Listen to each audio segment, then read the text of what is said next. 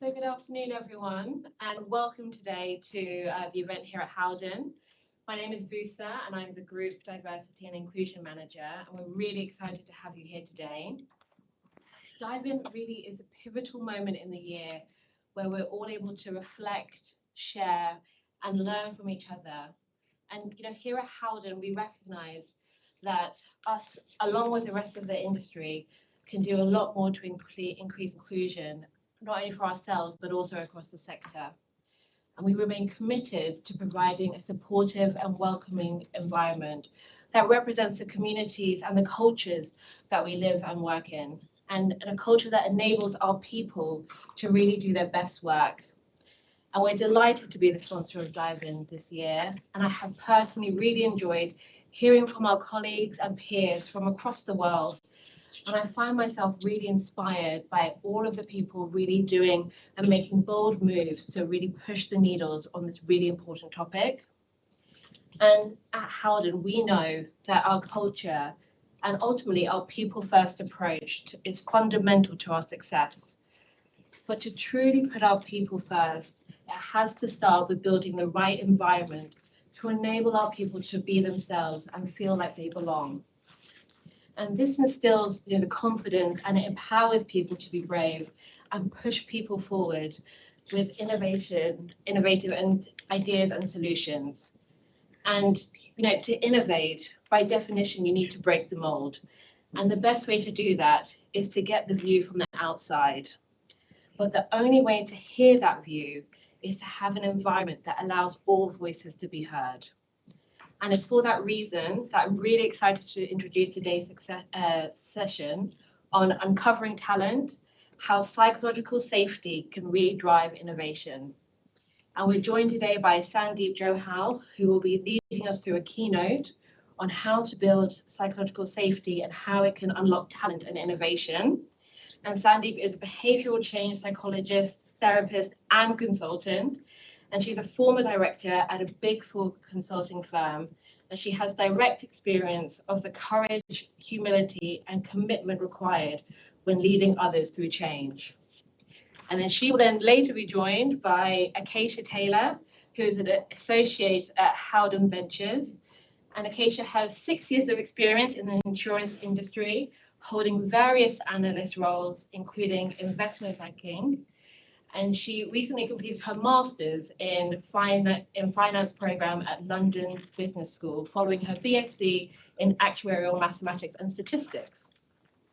And last but absolutely not least, we'll be joined by Tom Hode, who is head of Howden Ventures. And Tom has nearly 20 years experience in insurance, and he has designed and launched dozens of new insurance products to market that span technology, climate, intangibles, and parametric solutions, as well as having played a key role in various startup investments. And Tom formed and initially chaired the Lloyd's Product Innovation Facility, now the Lloyd's Launchpad, and is committed to the development of innovation at Lloyd's. So without further ado, it gives me great pleasure to welcome Sandeep, who will take us through the keynote.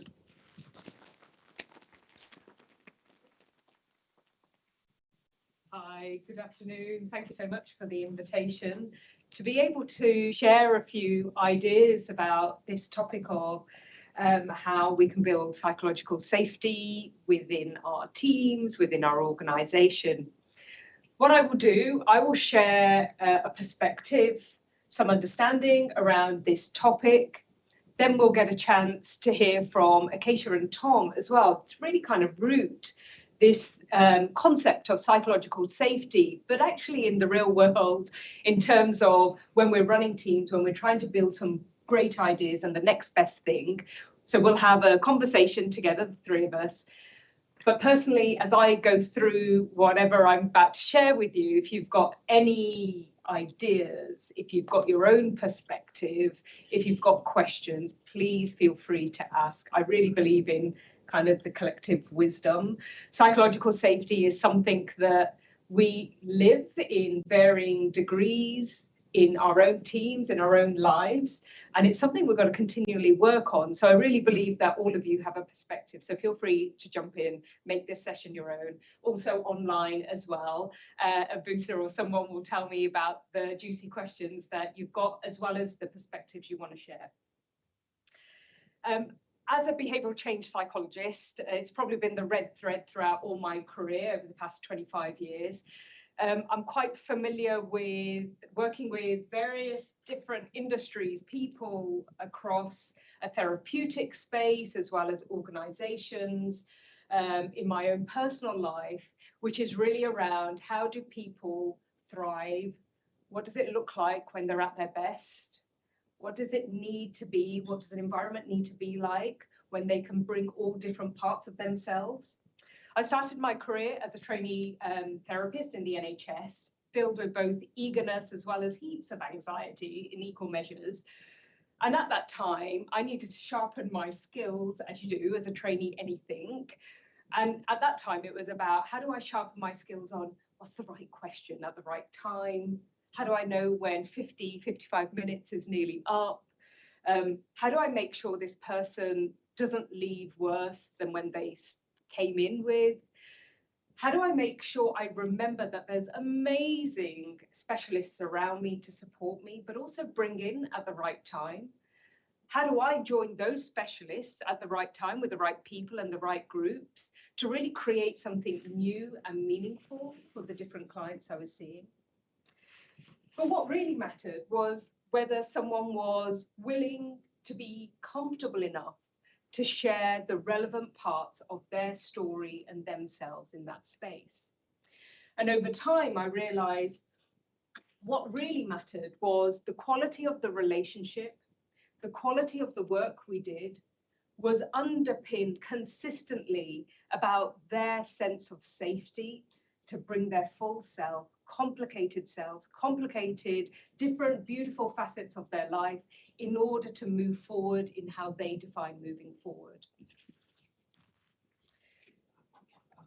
Psychological safety, just to kind of bring us all on a definition, is the belief that one will not be punished or humiliated for speaking up with ideas, with questions, concerns, and even mistakes.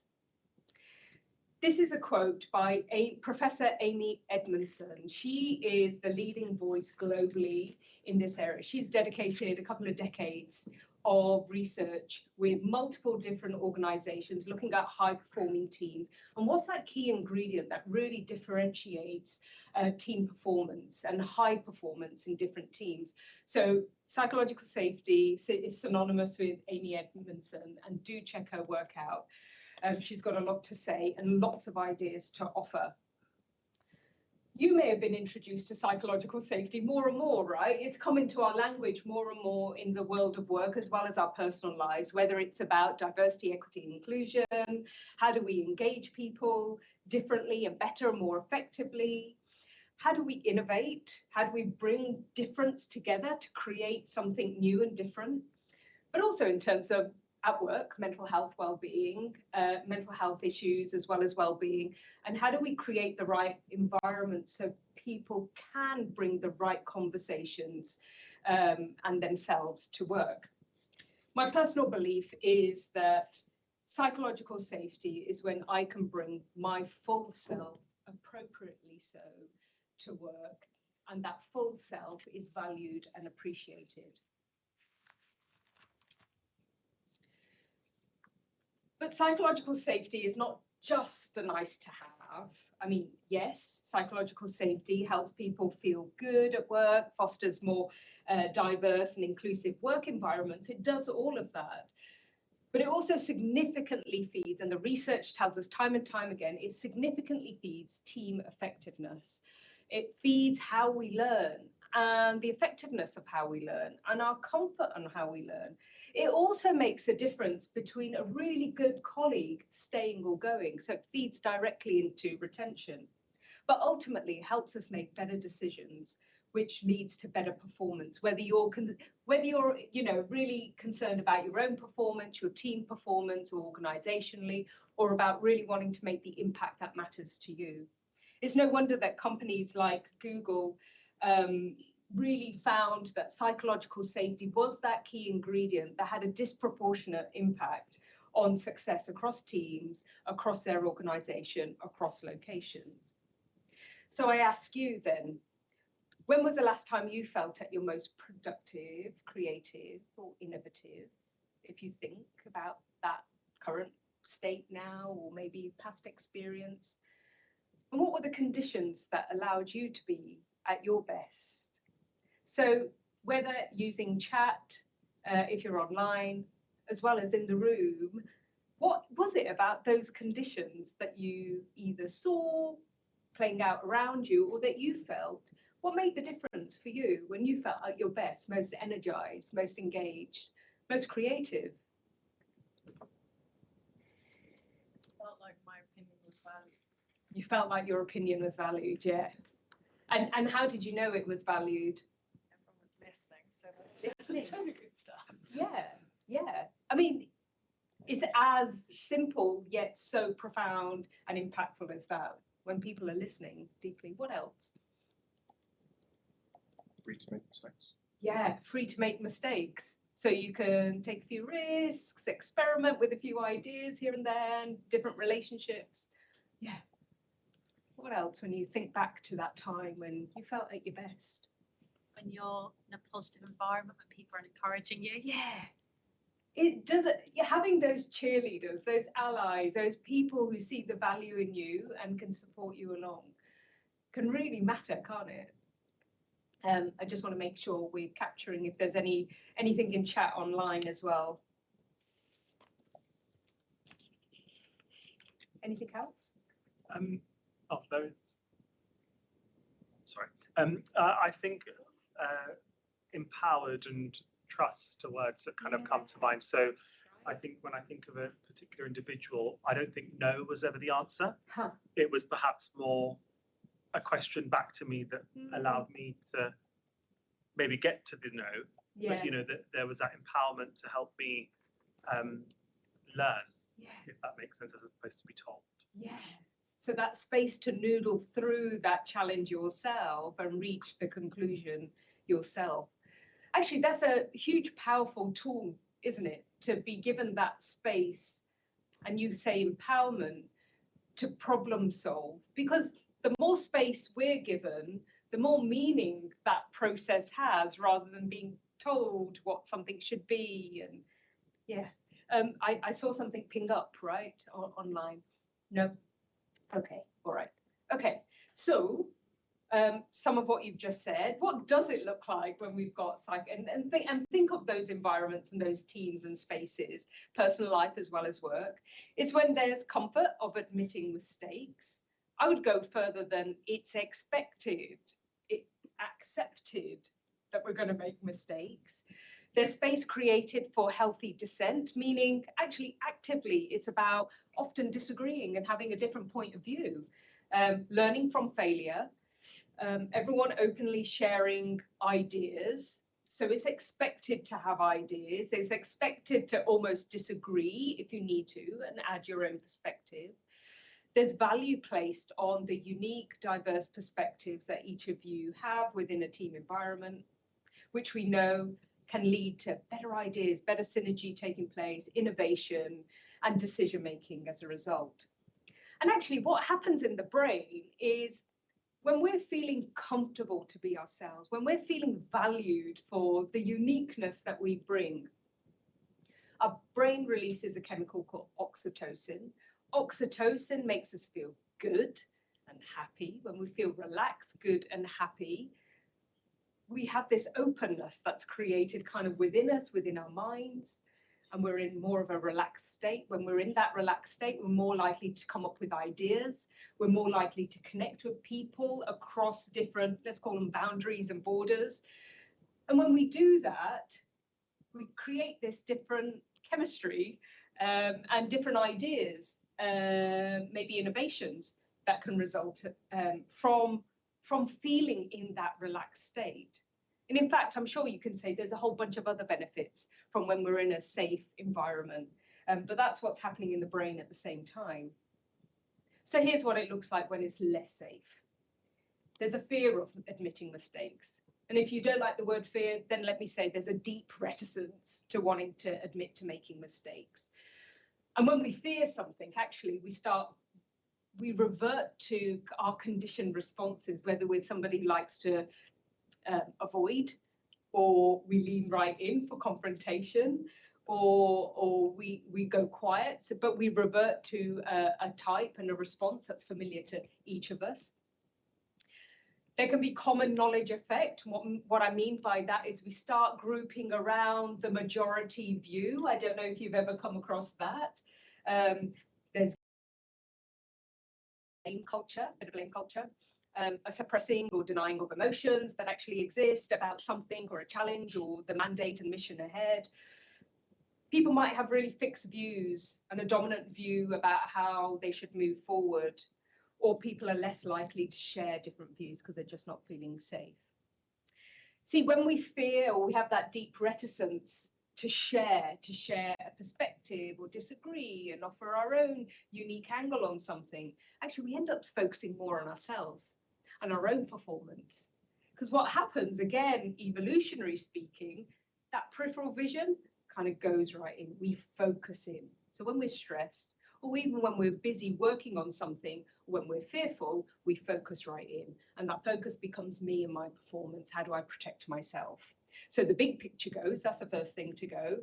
And certainly being able to have that capacity that when you're feeling your best to draw in that I love your skills, I like your unique perspective, and I'm a champion for what you have to offer. And I love the way you challenge and be devil's advocate. That skill, that ability to see that and feel that, that's also likely to go when we're in these kind of environments. And when you look at these lists and think of your own examples from real life, the question really is, how can you afford not to focus on this? How can each of us afford not to focus on this? From my own vantage point as a coach, I wanted to share some snippets of what it might sound like when people are operating in an unsafe environment. And, you know, if you want to chip in with your own, feel free. So, like I say, it's really helpful for people to learn from one another as well. But here's one. I'm not convinced my boss wants me to talk about anything other than business and project updates. If I start talking about my value or asking for feedback or ways of working that might be better, they look visibly uncomfortable. In fact, they change the topic. My neurodiversity means that I have poor eye contact with people like my team and my clients, and I can get really detailed in my responses in a short meeting setting. This overshadows how the fact that I'm a really strong technical leader and I love developing the next generation of talent. I know there's low awareness about different neurodiversities, but just trying to have this conversation seems unwelcomed. In fact, that's, and I've got permission to use all these quotes and vignettes from my clients. And this person we're working with is trying to go for the next level again. And that was the feedback from the first time around, the eye contact with the relationship, you get too stuck in the detail. At the same time, diagnosed with neurodivergent diagnosis at that time, everything started to make sense. But this person is now, how do I bring this up? Because context is powerful. I want to offer context. And I now have an understanding of myself and an explanation. But how do I bring this up? To this client, who do I raise the conversation of bias with that I'm experiencing right now without people thinking I'm not resilient to be a senior leader or question my fitness for the next level? This person has detailed a catalogue of themes of bias about their fitness. It turns out that feedback was just based on one person and not a theme. And now they're feeling stuck. Where do I take this? Because no one wants to admit there was a mistake. Really powerful. These people are talking about either their own retention, morale, restriction of their ideas. This has real impact on people. You know from your own examples the real impact this can have. So for those of you online in the room who are people leaders, How can you create an environment where people can be and work at their best for all of us? How can you contribute to an environment that helps you and others be at their best, ultimately? And really, we're talking, what are we actually talking about? We're talking about how can we be more human with one another? How can we accept that there's a humanness in how we connect and respond to each other? And how do we dare to bring elements of greater trust, our vulnerability, a bit more courage, a bit of that human connection that you would offer somebody outside of work? Just bring it into the office space a bit more. And one of the ways we can do that is, for those of you who have had the advantage of building their own team around them and want to be really deliberate about the skills they bring in, you have the opportunity, we have the opportunity to then enlist diverse experiences in the team, because logically we know that makes sense. All the research leads to the more diverse a team, the more effective it is. So you want to hire for difference. You want to hire for complementary skills. You want to hire those provokers and agitators, right? It all sounds great. And it's great because of this. There's a quote here from Catherine Wines, an entrepreneur. To become a visionary, you have to take the perspective of an outsider to see things that are taken for granted by insiders. Possibilities and opportunities become most apparent when you are confronting a problem with a fresh perspective.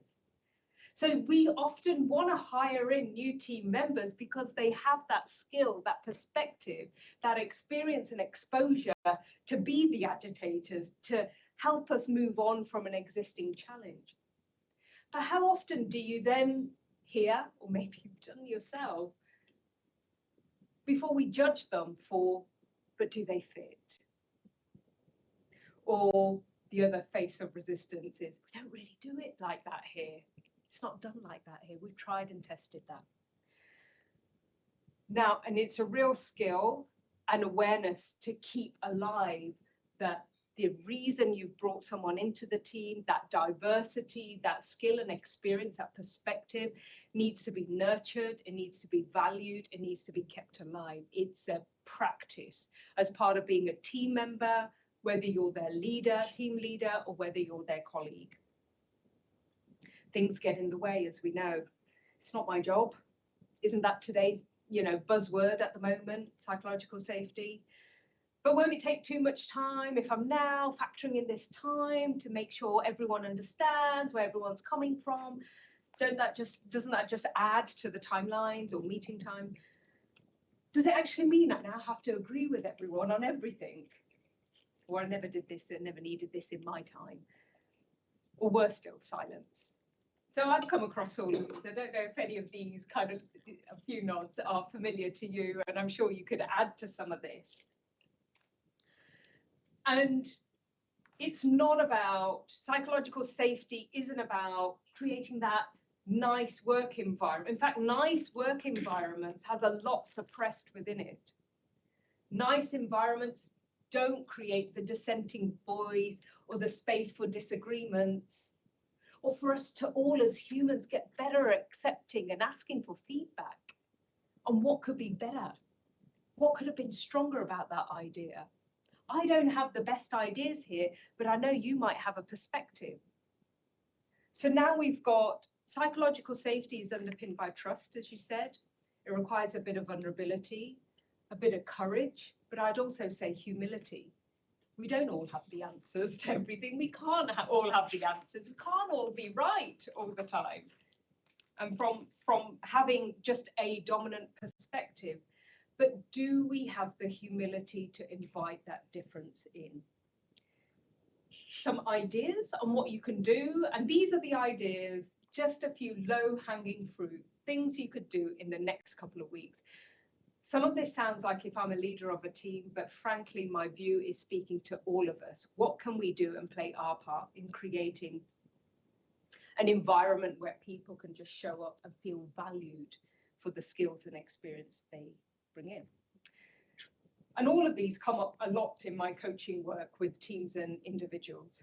So one is clarifying all parties whether one-on-one, whether in a group, need to be absolutely clear on the value they bring and each other bring, and be clear on the accountability that sits with each individual and the responsibility they hold for the success of that project with that client relationship, that mandate mission, whatever it is, that all parties need to be clear.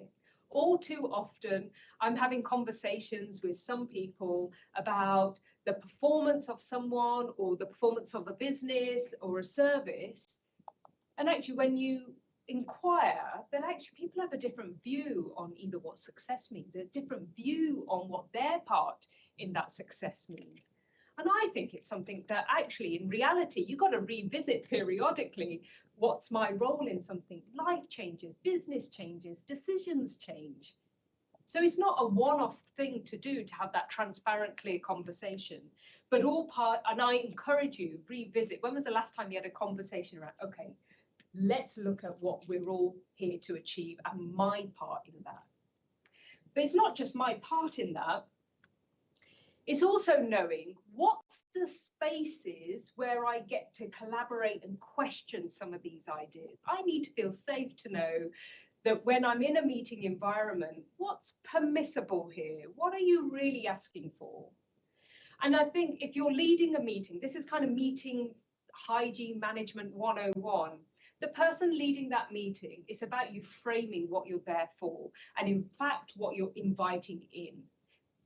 Because it shouldn't really just be, and not all meetings are about agreement. So if you want the different views, how are you actually letting people know that you come with a unique perspective? I love that perspective, and I want to hear the challenge to this thing that we're going to work on together.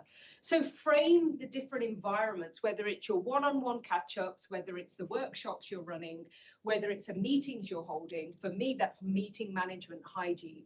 Are you setting out and framing the parameters so it feels safe for people to question? Is that the right time to question, or are there other channels and opportunities to do that, to strengthen the core idea you're trying to build and move forward? And contract with team members. Even if you're a team member, contract with your leader and your team members about, what are you expecting of me? At what point do you want a different perspective? Because it feels easier when you have that conversation to know. And it reminds us all that, yes, the way I'm noodling through something may not be the right way. It may be some of the answer, but not the full answer. So framing and contracting, keep in your back pocket as a skill you use in most environments. And you don't need to be the facilitator, the orchestrator of an environment to use that skill. Building deep appreciation. Now, there are many opportunities for you when someone's new to a team, you have an offsite, you're running a workshop. What I mean about building deep appreciation is, to what extent can you actively create conversations to actually appreciate the value somebody else brings, or appreciate the value they're bringing? So that's two things, both asking about the value they bring and the experience and the perspectives from previous roles, previous projects, what's going on right now, but also where are you creating environments where you offer appreciation? Remember, if we feel appreciated, oxytocin makes us all feel a bit better, we connect better and collaborate more. So when was the last time, or when can be the next time you ask somebody about their hopes and goals? You know, what do they want to accomplish out of this, whatever this might be, the role, the project? When was the last time, or when could you ask about the skills they bring to the table, or the concerns and obstacles that they're facing? And finally, feed forward. This is about, how can you actively create ways and safe ways to celebrate the oops moment, the side steps and missteps? I don't know about you, but I could say pretty consistently, I've learned most, my clients learn most through the mistakes, through the failures, and just to develop a healthy acceptance that we learn the most from the twists and turns and side steps, rather than this bizarre upward trajectory that we seem to think everything should be. The success is this line from here to there. but actually there's a lot to be appreciated. But do we create the space for that? Do we create healthy acceptance? And I really encourage that to be discussed. How do we talk about what we learned, what that means for moving forward, and find your opportunities to do that? Finally, I'll say what I said at the beginning. You know, this isn't an outcome. Psychological safety isn't an outcome in itself that you're driving to create. It's the entry point to creating a working environment where we all can just bring our full selves and thrive and achieve whatever mission mandate that we personally hold dear to us. But I hope there was just one idea you can take from some of what I've shared with you. And now, whilst I've kind of laid a bit of the foundation around what it can mean, what it looks like, what it doesn't look like, let's hear from actually Tom and Acacia here now, from the Howden Ventures perspective, of what psychological safety can yield. Very big chairs. Yeah, on our very tall chairs here. We'll get on first. And I've spoken a lot, so I'm going to take this moment to say, if you could introduce yourselves and say a little bit about what Howden Ventures, what you do, but also why you're interested personally in this topic of psychological safety and that kind of intersect in what you do. Yes, I'll go first. Acacia Taylor, I work at Howden I've been at Howden for 3 years and moved over to Howden Ventures about 9 months ago. So I think when we're talking through this conversation, albeit from the perspective of kind of joining this team, and it was slightly different to Tom, who's been doing this for centuries. Sorry. But it's interesting when you were talking, because we had a quick chat beforehand and you were saying what excites you about Howden Ventures, and I'll probably ask you that. But actually when you were talking, I was getting quite excited about what you were saying, and it serves as kind of validation for what Tom and I have built at Howden. And I think it's good to know you're doing something right. We've created an environment where we're both aware of what we need in order to perform well. And we're very kind of open about that from a mental health perspective. So a good example of it, right, is when I first joined 9 months ago, it was mentally exhausting to work through what we're doing, because We're going to say with Tom there. I wondered where that was going. I was leaving it for interpretation, but I actually do mean the work, just because I was new to it, and it's such a conceptual way of thinking. You think 5 steps ahead, building businesses, etc. So I know what I need to perform, and it's exercise, it's sleep, it's family time, things like that. And we bring that into our work quite a lot. We give each other the time to do that. The mental exhaustion is something I have not been used to. Right? I'm used to kind of physical exhaustion. I grew up playing a lot of sports. Be training 7 days a week. Going all over the country and stuff for hockey, for instance. But you like it because you're like physically exhausted from it. This is mentally exhausting, as I've said. As I've said like 4 times now. Yeah. And a good example of it, right? My dad told me this story once. He's a chiropractor, and he had a patient come in, and they worked in the European Union as a translator. And for their job, what they have to do is in real time translate the kind of conversations going on between the different countries. So in real time, translating very difficult topics, but you can't put any emphasis on certain words. And it's really key because they can't be interpreted wrong. Yeah. And on average, they burn 2,000 calories sitting still for like 2-hour sessions, and they can only do 2 shifts a day, right? So it's like this real mental like stimulation. And it's cute that my dad like said that to me, because I was like, that is not what I'm doing. But thank you, Dad. Classic Dad, right? But it kind of rung kind of true to me, because I was like, oh, okay. So we need to be in an environment where we can decompress after doing those kind of days. And I think we have done that through various kind of mechanisms. Awesome. Thank you, Acacia. I might come back to how you actually contracted to get that space, and how, and that's the word I would use, but almost get that agreement on what you need to decompress and what that looks like in a moment. But I invite Tom into this, if you could introduce yourself, but also tell us a bit more about kind of the work and the people you're working with. Yeah, it sounds like sort of mental calisthenics, doesn't it, what we do? But yeah, so, Howden Ventures is kind of like a bit of a green space within the Howden Group. And it's really evocative of Howden's DNA in that we're a very entrepreneurial business. We like to think about new things. We like to link things together. We like to take risk, like to experiment and so on and so forth. But given that it's quite a new area, it's given us the latitude to work in a kind of a new way. And my background's all about innovation. So I am very used to challenging the status quo. And one of the things that happens when you challenge the status quo is you are going to be tired and you're going to be told that you're wrong and you're going to have to persevere with what you think is right. And also along the way, you're going to have to take the sort of small wins that help you sort of prove that you're on the right track.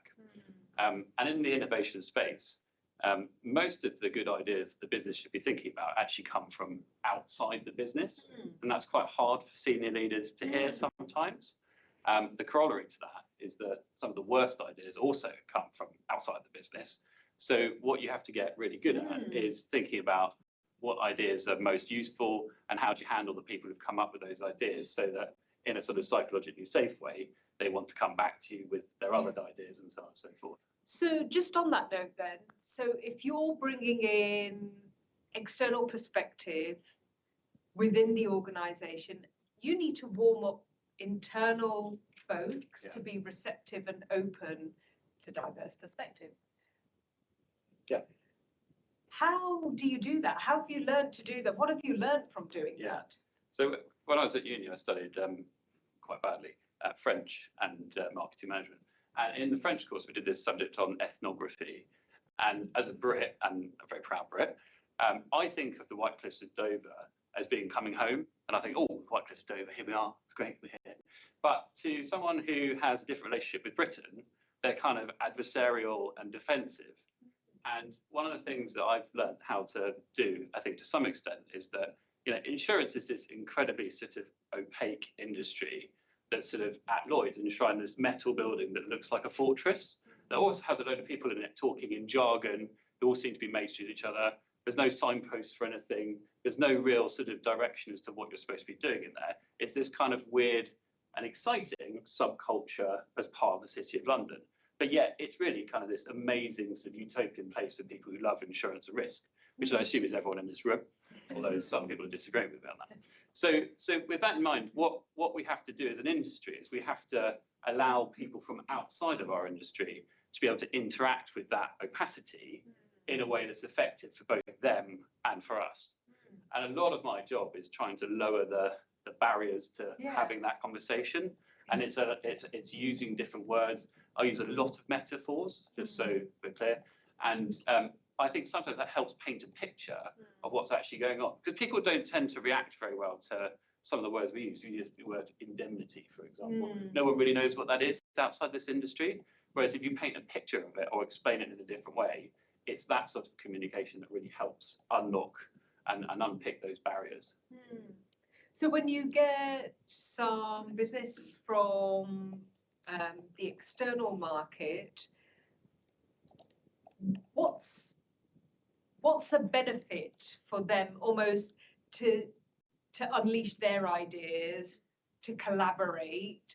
How do you almost draw them in? Because we know that the outcome will be this chemistry that takes place and an idea is born, a new idea is born.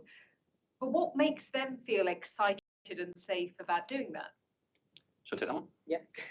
I think that, entrepreneurs come in lots of different forms and guises. The ones we tend to work with tend to want to start their own business and collaborate with partners within the industry. So that's kind of where that space works for us. But from their perspective, they're looking for guidance. They want a kind of an experienced Sherpa who can explain the world of insurance back to them, so that their idea has a chance of thriving in the world of insurance. But what they tend to bring are specific expertise around engineering or intellectual property or or something where they've used technology in a way that insurers have never even thought about. So in the insurance world, you've got this sort of slightly archaic industry that's doing the same things over and over again and providing a very valuable service to society. And you've got the entrepreneurial community who together can actually help drive what we hope is a genuine force for good around the industry in doing things that are new, exciting, and solve problems for our clients and for society. And I think there's an attraction there for entrepreneurs to want to work with insurance, because it's actually an amazingly financially sort of flexible instrument that can be adapted and utilized to unlock lots of things. So, for example, how do we tackle the risk coming out of climate change? How do we tackle the risks associated with AI? These are kind of societal problems that insurance is a partial answer to. How do we de-risk society from the problems in them? I don't know if you've seen anything that we've done that sort of helps articulate that more. Well, in one of the companies one of the things. I mean, when we're looking at opportunities, I don't know what's in our pipeline now, like 250 different kind of startups, businesses, and they're not quite in insurance yet. And Tom and I spend a lot of time kind of going through and trying to decide, will they be relevant to what Tom was talking about, all the kind of new risks coming out. But you're looking at, I mean, I don't know how many risk codes there is at Lloyd's. Like, you would know. I don't actually. Probably like 40 risk codes. So kind of looking at all these different industries and trying to bring them in. I think there's a massive variation at the moment, but I think the one Tom is referring to is this kind of marine hull technology kind of company that we've thought, you know, if they are going to get data from commercial ships that marine hull underwriters could potentially benefit from, why would we not help that entrepreneur come into the industry? And it's not, they might not have necessarily started out as that business. You know, they have this tech company, but you know, could they pivot to insurance, and could we help them do that? Yeah. And I think that's particularly where Tom gets excited. So wait. I can also understand, and one of my final questions is about learning from taking risks and even failing, which is part of succeeding. I can imagine you attract people within the business who want to work on these projects, right? Do something different, innovate. You're at the some of these people are at the coalface of knowing what doesn't work process-wise or with your clients and customers. How do they experiment with something new when they are working in an environment that doesn't maybe want to change or want to stick with the tried and tested? So do you get to see that? You know, how can they experiment safely?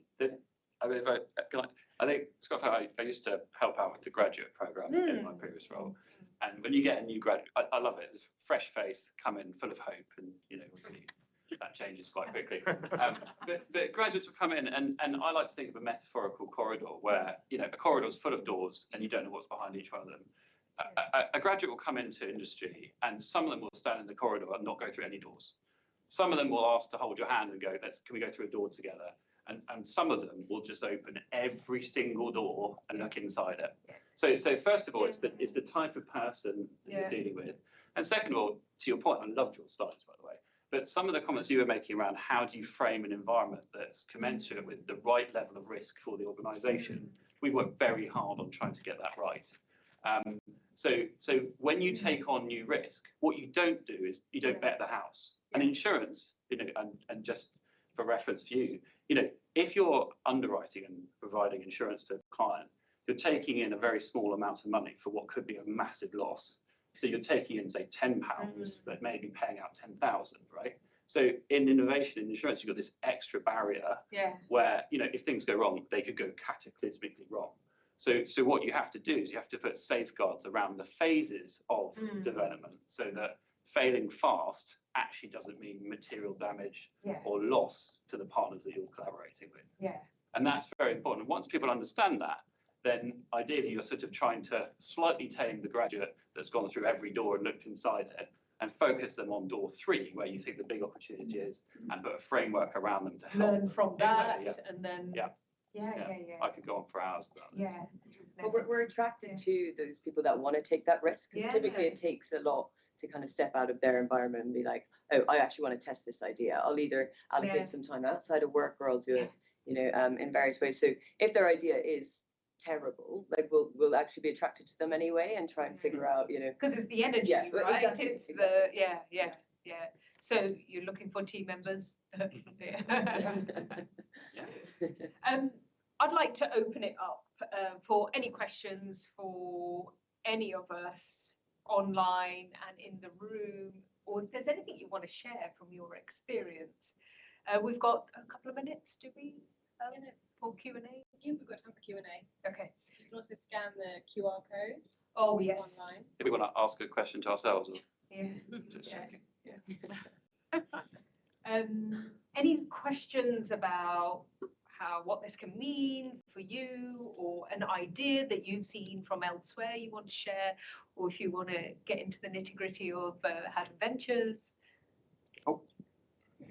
Hi, I maybe want to go back and ask the question about how you make that contract across yourselves or amongst yourselves. Yes, I didn't. I did thought I? it was really interesting, Yeah. and I was hoping to find out how that worked out. Well, I think Good work. there's two of us, so that makes it a lot easier. And yeah, and it's not necessarily a typical kind of hierarchical structure, right? And I think if you are showing that the performance on the other side is correlated to what you need, I think then it becomes it's a powerful not that you need to make an argument, but if you can prove that yes, I came in a bit later today, but I went for a run and I feel really good and I don't mind working later and I look at this work. I think that kind of opening up that conversation is what's important. And I think, I think on that, on my side, I mean, Acacia's been sort of privy to me going like, I just need you in a room for like half an hour because I need to draw on a whiteboard and I don't know what I'm doing. I'm not sure it's going to go anywhere, but I kind of need you there with me so that you can try and unpick what's in my head. So you get this kind of back and forth between us where I definitely need her because she offers me sort of a level of understanding around what we're doing and insight, and she's quite bright actually, which is quite helpful. So with all that sort of stuff combined, I feel comfortable telling her lots of things that I'm dealing with and what we need to do, and I find that very useful as well. So it kind of works very much both ways. I love that. Sorry, it's just a live example of what value somebody can bring, right? Just to hear that validation. The stuff that I just want to do the psychologist bit. Yeah. There's stuff going on chemically within Acacia if she was to hear that relaxes her, that makes her feel good, that makes her metaphorically lean into the mission, the person, the relationship a bit differently. It's very easy to do, but sometimes we forget to offer that value, that underscoring why you're here, why you're great, what you offer. Sorry to. That's right. Hi, Tom. Hello. I think I've heard a really good, several examples of what good inclusive leadership could look like. So thank you. My question is, knowing what you know about the leaders in Howden, what should we focus on? Careful. What should we focus on to have them become more inclusive? Great question. I think that first of all we're starting from a great sort of starting point. But I think that innovation and actual corporate agility around the subject comes from making sure that everyone's got a voice. It comes from empowering the entire team with the right tools and understanding so that everyone feels like their idea might make a difference. And I think that at Howden, we've been very open to that, but I think we need to professionalize that space. We need to put into place systems and processes that underpin how that works, how we curate it, and how people are rewarded for that system. And I would say, you've asked me about Howden, I would say that was an industry-wide issue. I think that in the insurance industry generally, people are paid to write or broke the highest amount of business they can, the biggest financial number. That makes people feel very, very happy in our industry. They like low loss ratios or well-performing accounts. And they also like to sort of behave by the rules that the businesses they're working sort of set out. So innovation or venturing is not really any of those three things in its first phase. It takes time to gestate, takes time to become something that's relevant. So what we need to do is build the infrastructure around doing that at scale. And I think that's something that Howden is very, very open to doing.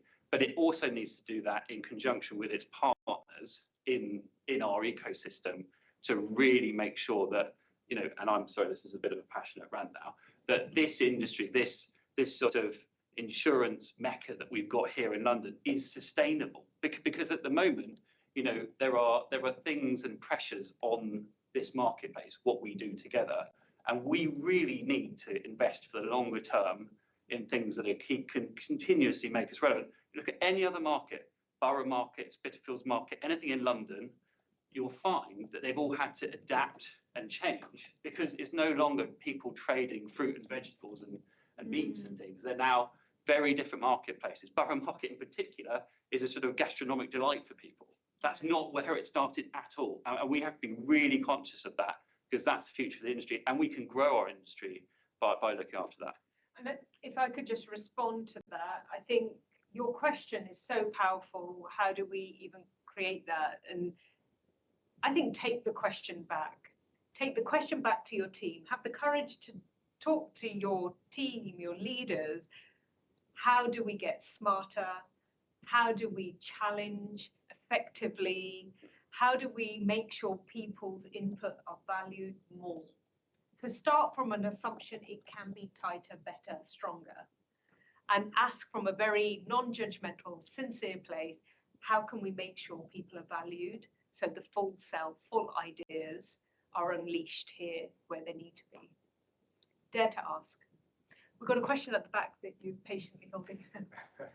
I'm just going to ask, maybe this is the wrong type of term, but without naming names specifically, what's the most bonkers idea you had to turn down, and how did you let them down gently?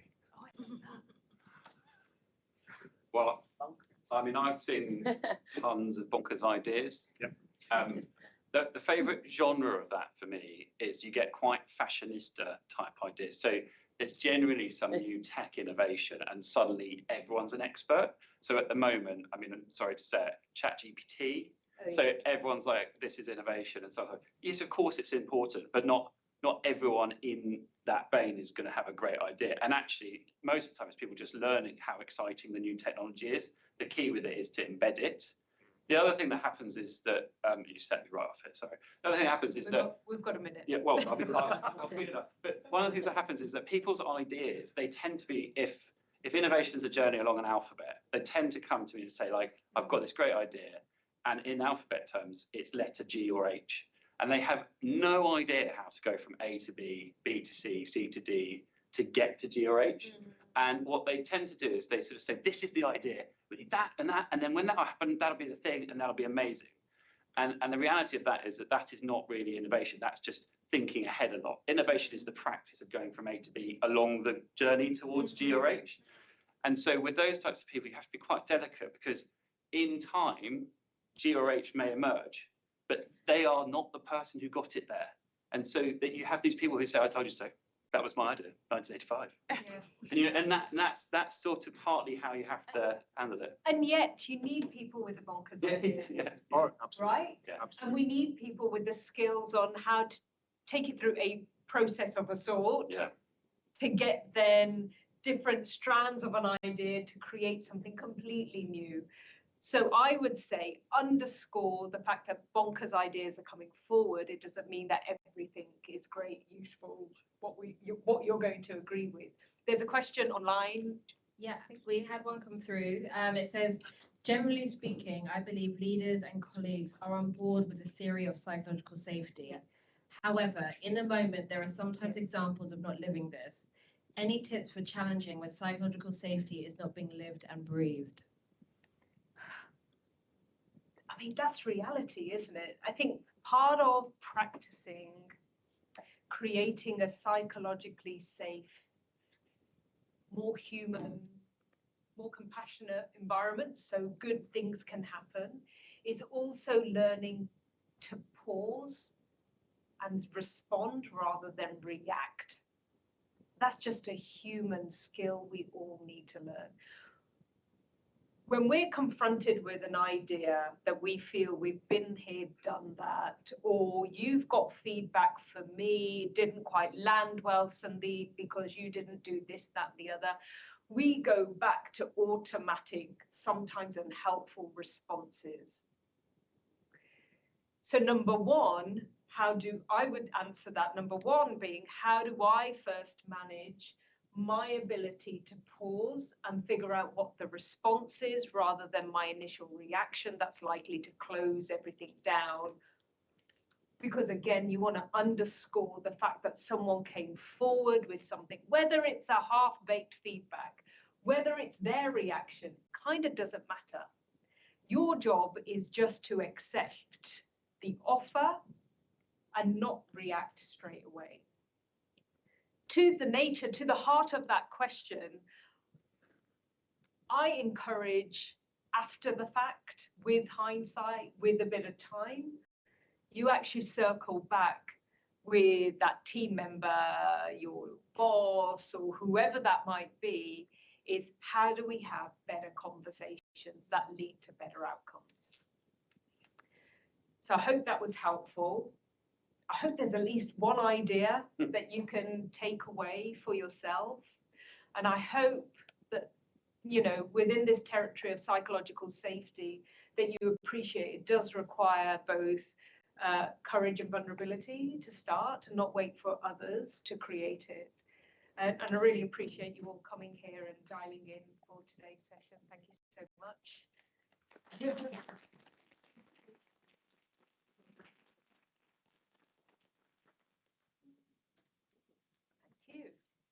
Well, thank you everyone so much for coming. We really appreciate it. And we hope you took a lot from this conversation. And we look forward to continuing it going forward. So thank you all so much for coming. Thank you. Thank you. Thank you. Hello, how are you? Long time no see. Well.